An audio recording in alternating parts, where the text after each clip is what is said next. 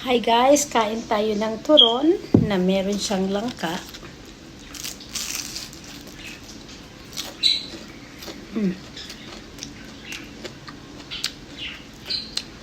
Hindi ko na nilagyan ng brown sugar guys. Kasi matamis na. Wow, once in a while guys. Sarap.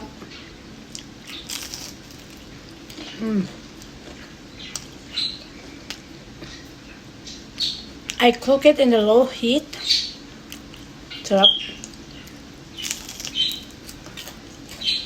Wow.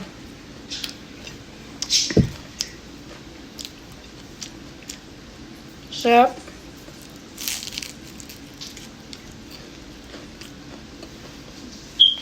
Yummy yun. Kain pa mo.